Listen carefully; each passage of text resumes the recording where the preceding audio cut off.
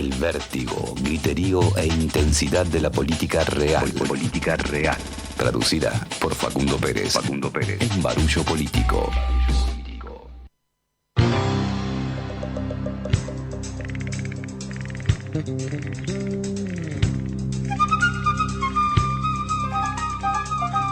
Con el señor que está del otro lado y junto a nuestro gran amigo Nacho Horta, tenemos un grupo de WhatsApp donde se hablan de cosas importantísimas y otras no tanto, pero cosas que nos atraviesan siempre.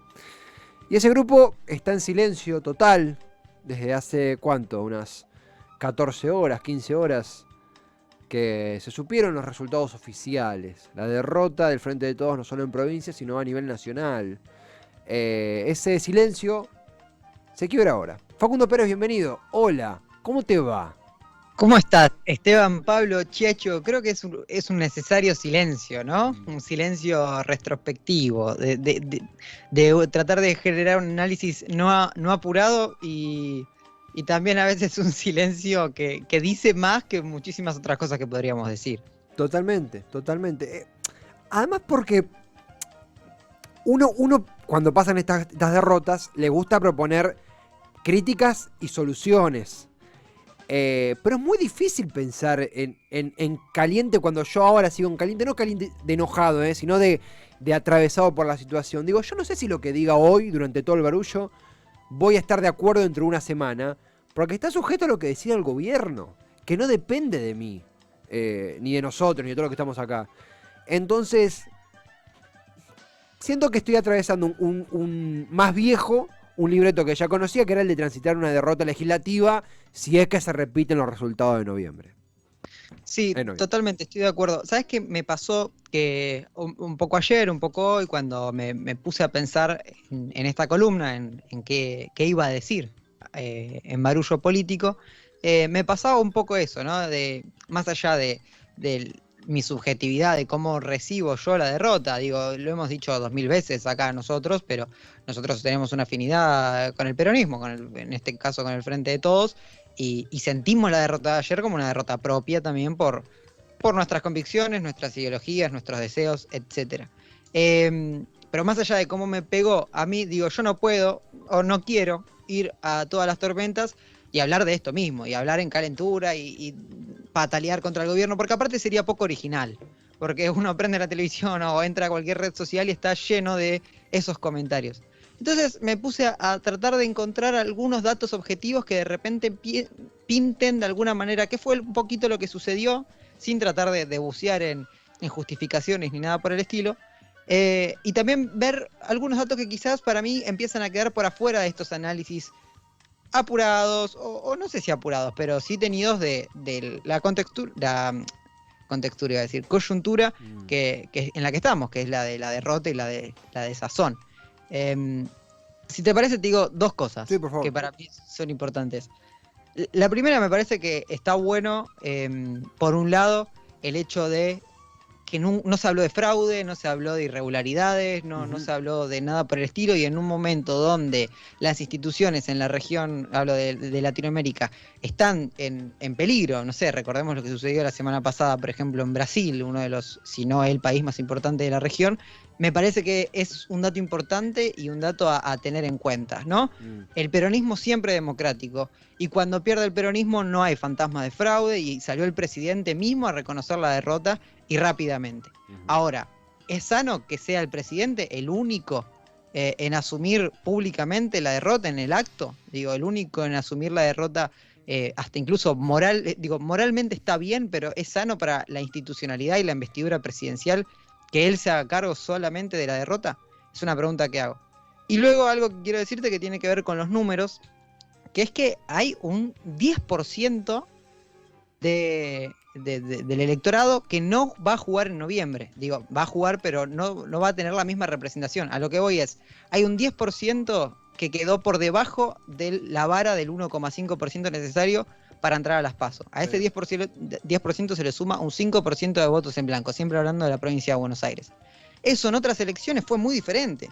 Fue un 2% en el 2019 y un 3% en el 2017. O sea, hay un 10% que se va a distribuir en noviembre y que es un dato que vamos a tener que tener en cuenta. Es interesantísimo eso, es interesantísimo. Hay porcentajes que pueden cambiarlo todo. Creo que Houghton, que imagino que no irá para el peronismo, está en 1,4. No te creas, no te creas. ¿En qué sentido?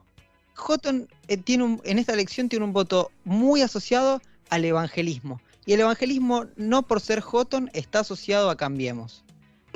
Gran parte del electorado de Houghton es gente humilde realmente, de barrios carenciados, y que yo no sé si se va a ir tan fácilmente a Juntos por el Cambio.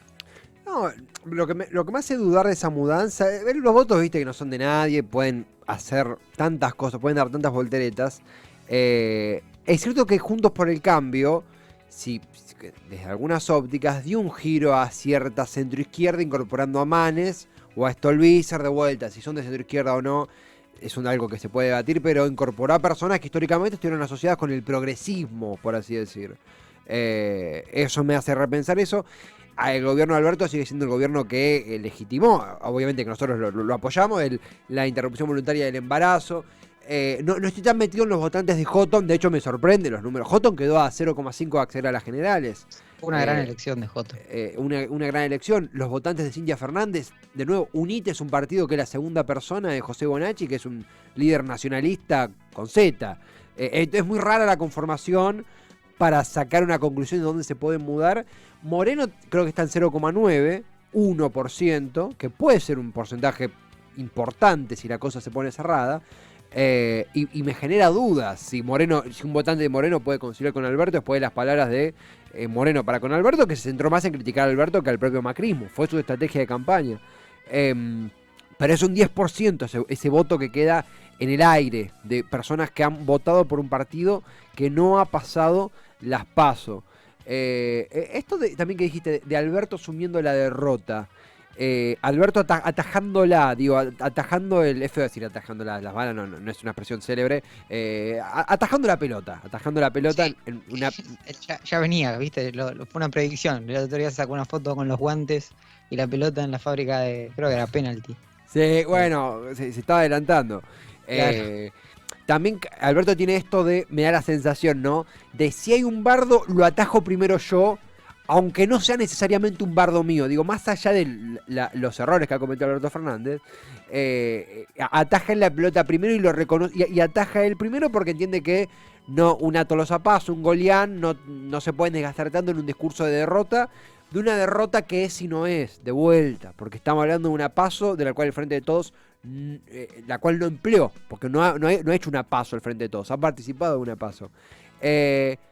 A mí la primera duda que me aparece, perdón si me desvirtúo, pero me queda esa duda. Siempre en la PASO se negó en nombre de la unidad. La única excepción fue en 2015 Julián Domínguez y Aníbal Fernández. Después la PASO fue algo que siempre se negó. Muchas veces no por una cuestión de concertación, sino porque Cristina indicaba que no. Y puede haber sido un acierto, en otros casos no. No llegamos al límite de eso quizás. O sea, está mal revisar si darnos una PASO en futuras ocasiones, más que desgastar la unidad, puede ayudar a incorporar. Digo, primera cosa que pongo en tela de juicio y que ni siquiera sé si estoy de acuerdo con lo que digo. Pero sí, para problematizar. A ver, sin dudas hay algo de que las coaliciones que van a una PASO son más competitivas en esa PASO que las coaliciones que no presentan una interna. Digo, por la misma lógica de la interna dentro de, por ejemplo, Juntos por el Cambio. Y que siempre pasa, digo, bueno, igualmente esto no quiere decir que vaya a pasar, pero siempre que hubo una interna, nunca se sostuvo la misma cantidad de votos luego en las generales. Hay siempre una fuga de votos entre las listas que se presentan. Igualmente, con esto que vos decís, yo creo que estratégicamente, políticamente puede funcionar. Yo soy de los que piensa que las PASO no tienen sentido y que si hay algo que hay que hacer con las PASO es sacarlas, más que pensar en competir futuramente en internas en las PASO. Pero es una opinión personal. El tema es que, ¿por qué era sin necesidad de hacerlo? Porque no es que había una exigencia de paso de primaria en el peronismo cuando estaba Cristina. No había debate de quién iba a suceder a Cristina. Tipo, se barajaba Scioli y Randazzo, pero desde el minuto cero que se empezó a barajar esa chance, mismo hasta vías de comunicación muy afines al gobierno, decían que bueno, Scioli se iba a cortar solo, era el candidato del FMI junto a Massa y junto a Macri, y que el candidato iba a salir, por ejemplo, de un Randazzo, un Urribarri, un Tayana, en ese momento. Esa es la parte que yo no entiendo. ¿Por qué entonces? ¿Por qué a partir de allí? Capaz hay algo que no estoy viendo, capaz hay algo que no logro comprender. También entiendo que, qué sé yo, no sé cuánto una PASO hubiera favorecido en esta elección puntualmente. Pero me pongo a problematizar qué se puede hacer de aquí en más allá del debate, que vamos a ir a eso, ¿no? Al debate de las políticas que ha hecho el gobierno. Porque la elección de Tolosa Paz y Golián, yo no sé si esto me hace creer que estuvo mal. Creo que son buenos precandidatos, buen candidato y buena candidata. La conformación de la lista, no sé si estoy disconforme. Pero me llama la atención el no saber qué hacer en el punto electoral. Hoy lo hablaba un poco con Nacho, vos hoy lo nombraste. Yo creo que esta vez, en esta elección, la derrota tiene un componente mínimo electoral. Digo, no sé si en vez de Tolosa Paz el candidato era otro, hubiese sido diferente o hubiese sido algunos puntos más para el Frente de Todos. Creo que esta vez la derrota se explica por una cuestión más política, social, económica, que por una cuestión netamente electoral de candidaturas, o en este caso precandidaturas. Primero, ahí estamos viendo las imágenes, felicitarte por la cobertura en los búnkers. Me parece que estuvo buenísimo y después quiero saber tu experiencia. Pero déjame agregar algo a esto que decíamos, que es que, otra vez, volviendo un poco a los números, la elección de Juntos no fue una elección fantástica en provincia de Buenos Aires. Digo, sacó 37,99, 38 puntos, ¿sí? En el 2019 sacó en las generales 39,69, o sea, más de lo que sacó ahora en las PASO. Y en el 2017 en las generales sacó 41%, o sea, bastante más de lo que sacó ahora. Yo creo, como te decía antes, igual esto ya es futurología, ¿no? Pero digo, en noviembre es posible, como en todas las internas, que varios votos de Manes se pierdan, no vayan con Santilli. Eso no significa que vayan al Frente de Todos. Lo que sucedió en provincia de Buenos Aires no se explica tanto por una buena elección de Cambiemos, o digo, descollante elección de Juntos por el Cambio, o Juntos en este momento, sino más por una derrota y una pérdida de votos importante del Frente de Todos, que saca 33,69%, cuando en el 2019 en las generales sacó 52,40%. Es casi un 20% de los votos. Y también es difícil identificar dónde se fueron esos 20%. Porque Espert creció, pero no le sacó votos al macrismo. Lo mismo sucedió en Ciudad de Buenos Aires con Milei. Milei creció mucho y no le sacó tantos votos al macrismo. Entonces, me parece que hay una falta de identificación en el electorado, un descontento importante en el electorado, un voto bronca en el electorado, que se va incluso hasta en opciones como Espert y Milei. No sé si me explico. Sí, se comprende. Es muy grande la cifra de votos que se ha ido del Frente de Todos, con el agravante de que ha sido el lugar donde Alberto Fernández y Cristina Fernández de Kirchner más han hecho campaña, más han puesto su énfasis, más ha recorrido Alberto Fernández. Sí, incluso mismo esto que vos decís, es un 33% es menor a lo que sacó Cristina sola en el 2017. Sí. Hay una frase que a mí no me gusta en absoluto y que creo que es una simplificación enorme, decir que todo lo multiplicado por el kirchnerismo da kirchnerismo. O sea que no importa si al kirchnerismo se le suma Massa, sino que con el tiempo Massa se licúa dentro del kirchnerismo, porque la figura de Cristina es tan fuerte, para bien y para mal, digo, a favor y en contra, que termina siempre en el mismo porcentaje de los votos. Creo que es una simplificación, pero viéndolo así desde arriba es eso. Hoy el Frente de Todos saca menos votos de lo que sacó Cristina sola en el 2017.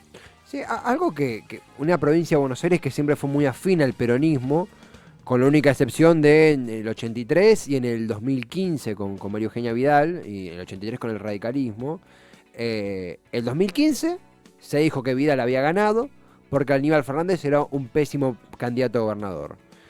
Muchas personas dicen que esa elección estuvo condicionada por las bombas mediáticas que dispararon contra Aníbal Fernández, el caso del amor, el triple crimen, etc., desde el programa de Jorge Lanata, las cuales con el tiempo se comprobaron eran falsas y no tengo dudas, en mi opinión, condicionaron el electorado, si bien creo que había mejores candidatos también. Digo, no me parece que la campaña mediática fue nefasta, y creo que había mejores candidatos en aquella ocasión. Pero ¿a qué voy con todo esto? Y la campaña fue muy mala también.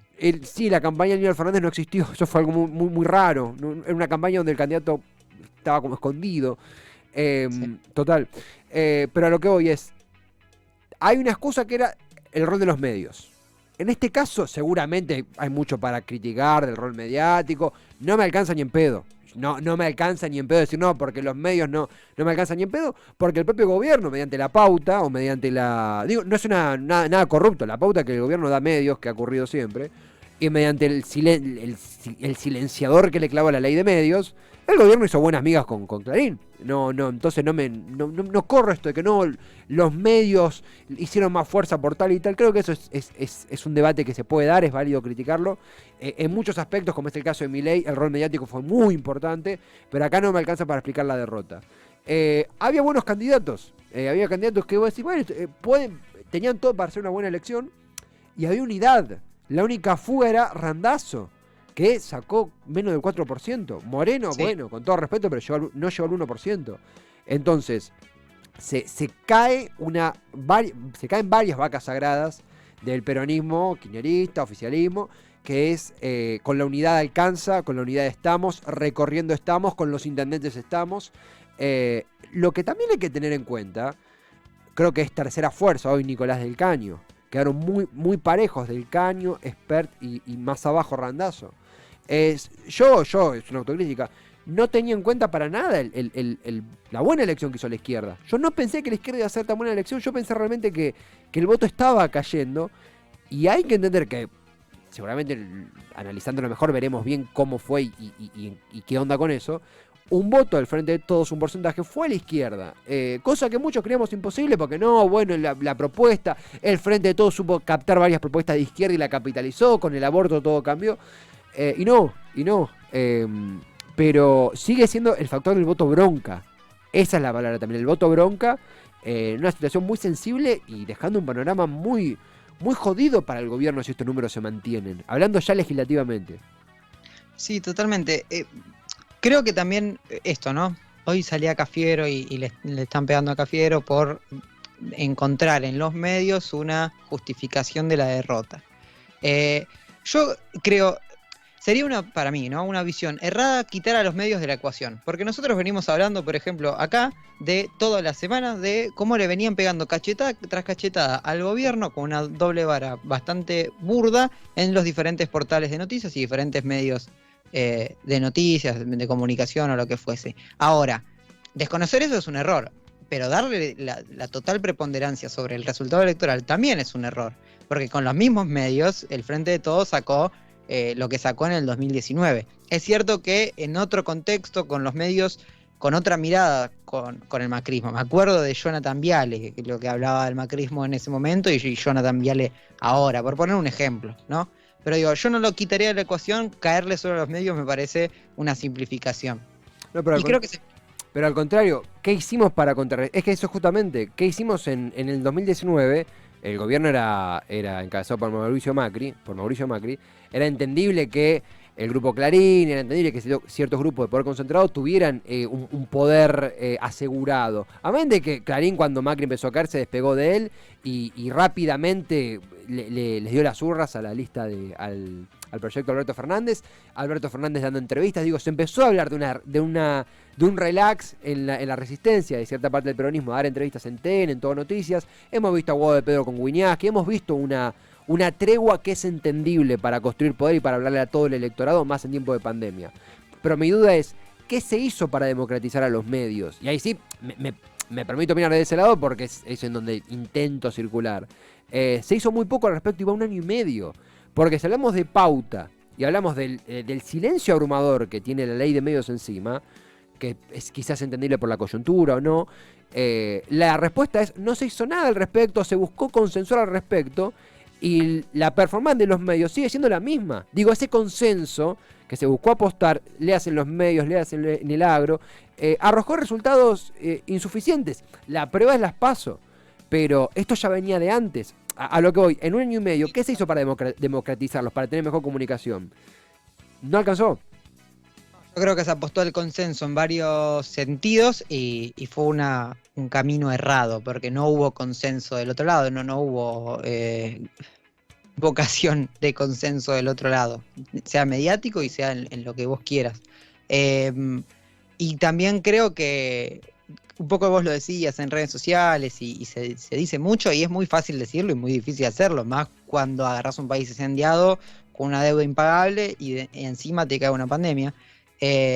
Acá lo que sucede es que la pobreza sigue subiendo, el salario real sigue bajando, el poder de compra, y ya no de cosas lujosas, sino de necesidades básicas, cada vez se hace más difícil, desde la cuestión habitacional hasta la propia comida, y eso obviamente se va a ver reflejado en el electorado, en las elecciones, y está bien que así sea, porque ¿qué cosa tiene que hacer el gobierno si no es generar un bienestar del pueblo que para eso lo votó?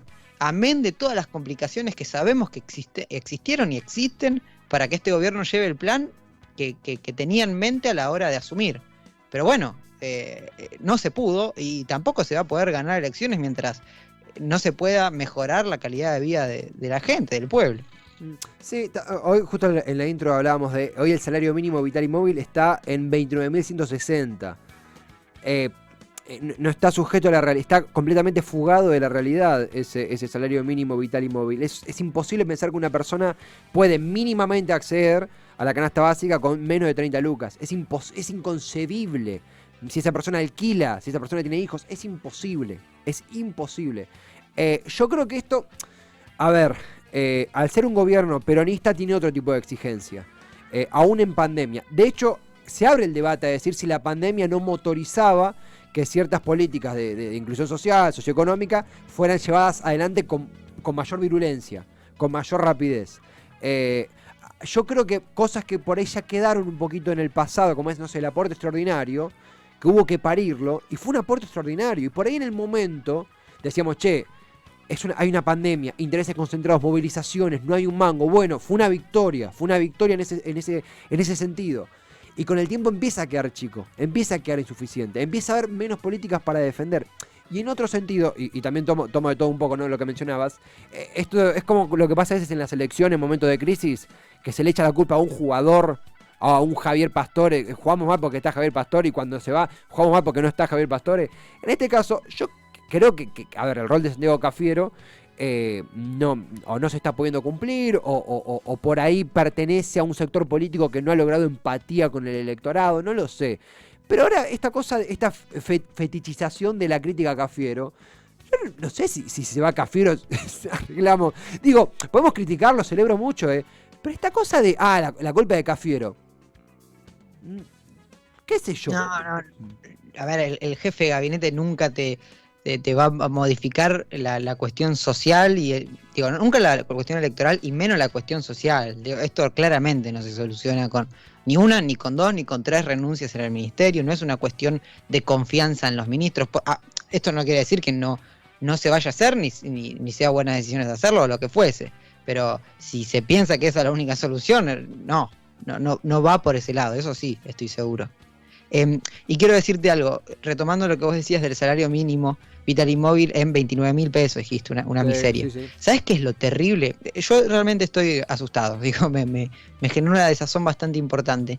Que lo terrible es que la opción que aparece contra eso, porque si vos decís la gente es pobre, la gente no tiene para comer, el salario mínimo no alcanza para nada, es un chiste 29.000 pesos hoy en nuestro país.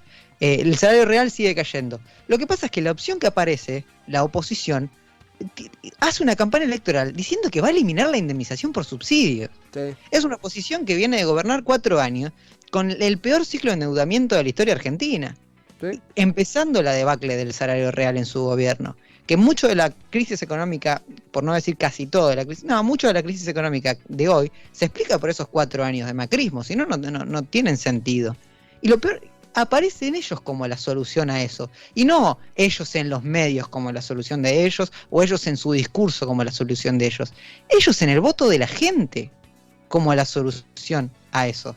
Y eso es lo que a mí me genera desazón y decir, che, la puta, ¿no? Como decir, ganan una elección diciendo que van a sacar la indemnización por, la indemnización por despido. Es preocupante. Claro, lo interesante es, en el caso de la provincia de Buenos Aires, es que ellos no, corregime si me equivoco, no aumentaron el porcentaje que obtuvieron en 2019. Bajaron un punto, 3. Bajaron, sí, 2 puntos. Lo que sorprende es cómo se pulveriza el voto del peronismo.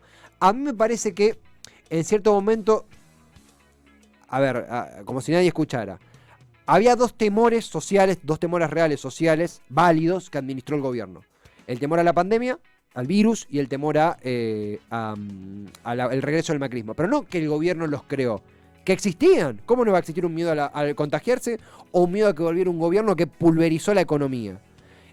Por un tiempo, seguramente, y ahora ya me centro en el costado de el miedo al regreso del macrismo, sirvió para que mucha gente entendiera, como muchos dijimos en muchas etapas, che, mira, no estoy de acuerdo con esto, pero entiendo que estoy más cerca ideológicamente de lo que proponen acá, con todos los asteriscos que pueda poner, que de Sturzenegger. Digo, Dios me libre. No por, no, antes que esto cualquier mierda. No. Tengo algunos puntos de conformidad, me sirve para aguantar. Ahora, esto creo que también cabe desde el lado de cada uno. Uno entiende que las urgencias de uno, de mí, yo hablo por mí, no son las que tiene una persona que... por la pandemia, o por la crisis económica, o por lo que fuere, tuvo que cerrar su negocio, o se frustró por no poder ir a clases, o se topó con una noticia que le dio vuelta al panorama políticamente hablando. No alcanzó la nueva esa administración, no se ayornó esa administración del miedo a colar al macrismo a los tiempos que corren, allá 1 año y medio de gobierno, con cómo ayornarlo, con políticas para contrarrestar, para decir, no volvamos a eso, acá tenemos eso, cosa que en 2015 había, no volvamos a esto, porque acá tenemos esta serie de políticas que van a caer, y ahora, de nuevo, lo digo hasta el hartazgo porque si no pareciera que me olvidé que hay una pandemia. Entendiendo que hay pandemia, no hay políticas para contrarrestar, porque si vos decís, van a eliminar la indemnización por despido, es una locura. Pero ves que el salario mínimo es de 29.000 pesos, eso no hace bueno a la reta, ni en pedo. Pero eso te quita mucho peso en el debate. Un debate que nosotros, tanto dicen de ir casa por casa, hablando tal, para ir casa por casa tenés que tener una política para defender.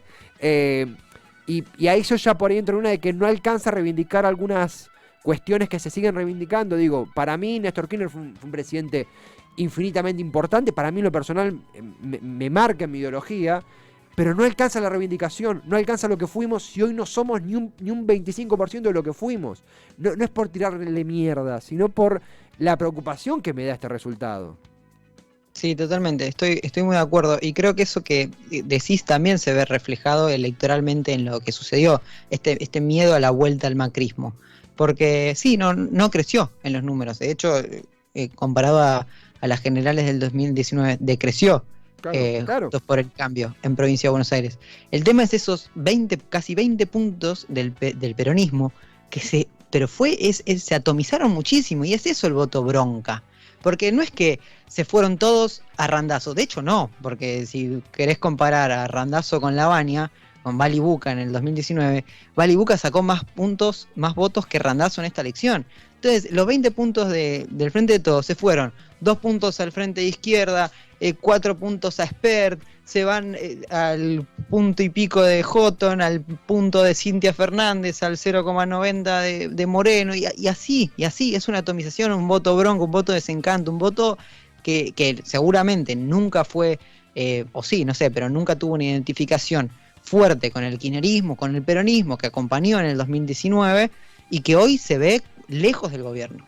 Lejos del gobierno por la cuestión social, seguramente por la cuestión económica, la cuestión social, pero, y acá donde yo creo que juega un rol importante, también por la cuestión mediática y los propios errores mediáticos, estúpidos y morales del gobierno, con lo del vacunatorio VIP, con lo de la foto. Se preguntaban todos, ¿la foto va a tener un correlato electoral? Obvio que iba a tener un correlato electoral. Y está a la vista eso. Y acá está. Caer simplemente en eso es una simplificación, pero sacarlo de la ecuación sería también tonto, absurdo. Entonces, creo que hay, ya pensando en noviembre, y siempre diciendo que lo importante es mejorar la situación social y económica de la gente, porque para eso se gobierna, pero pensando en noviembre, hay un camino que recorrer y hay una posibilidad de conseguir o de volver a captar esos votos que se atomizaron, que fueron para todos lados. Y que si uno se pone a hilar fino, y ya termino, pero digo, se pone a hilar fino, lo único lógico sería que se vuelquen al frente de izquierda. Y no hubo, por la cuestión trabajadora y por la cuestión social, y no hubo una avalancha de votos a la izquierda. Subió 2 puntos la izquierda en Provincia de Buenos Aires. Así todo, tercera fuerza en la provincia y tercera fuerza nacional. Pero no es que hubo una filtración enorme, una fuga enorme del frente de todos hacia la izquierda. Terminaron yéndose a Spert también. ¿Se entiende? Entonces es un voto bronca. Yo lo definiría como eso. Mira, tenemos, por cierto, un bloque nos queda todavía, pero está bueno también charlarlo porque, a ver, bajamos a la tierra una noche sumamente heavy, con un montón de pensamientos. Aún estamos saliendo del asombro porque nadie se esperaba que Frente de Todos perdiera en la provincia de Buenos Aires. Por un número, no fue una elección cerrada, y un número claro de diferencia entre Juntos y entre el Frente de Todos. A mí lo que me sucede, un poquito dejando también la pelota picando para el siguiente bloque, que seguramente hablaremos en un ángulo un poquito más relajado, lo que fue la cobertura, lo que fue también como nosotros lo vivimos en lo personal, que también somos seres humanos en eso. El gobierno de Cristina tuvo una derrota terrible, no electoral, una derrota terrible en 2008. Terrible con el campo, terrible, pero mismo Cristina, en una nota que le hace, creo que a Jorge Rial, cuando era presidenta, un especial que hubo, Cristina daba notas, no entiendo cómo era la mano, pero una nota bastante piola. Muchos años después, la nota con Rial. No, mirá que tal la del 2014, mirá que hay otra con Rial que le dio una Brienza y una Rial en 2014-2013. Un especial de 2 periodistas, Brienza y Rial. Y la nota con Rial estuvo bastante piola. Y ella dijo que durante la crisis del 2008, cuando su propio vicepresidente se le da vuelta a 4 meses de haber asumido, ella dice, pensamos lo peor, pensamos que se iba a encaminar un golpe legislativo, pensamos lo peor, como hubo después a Lugo en Paraguay y a Dilma en Brasil.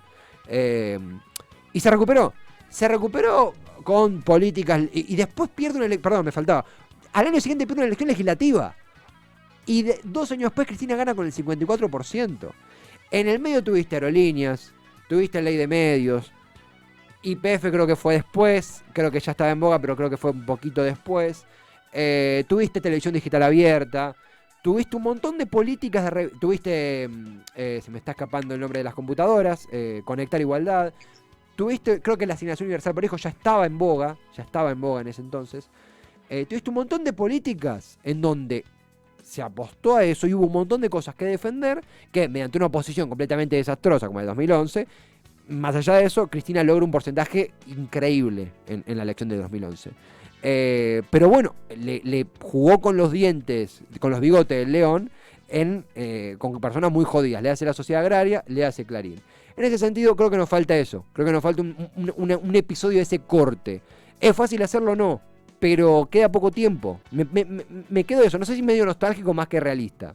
Siendo. No, está muy bien lo que decís. Y déjame sumarte que no nos olvidemos que en el 2008 y 2009 hubo una crisis económica mundial prácticamente histórica. Y que sin embargo acá pegó como pegó en todo el mundo, pero muchísimo más amortiguada que en otros lugares. Y así todas esas transformaciones sociales se llevaron adelante.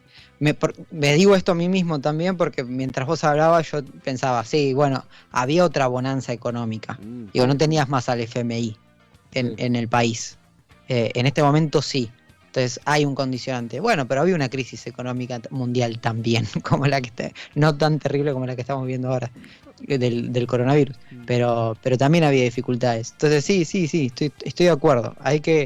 Me parece que el camino es esas transformaciones sociales y esa mejora en la calidad de vida del pueblo, de la gente.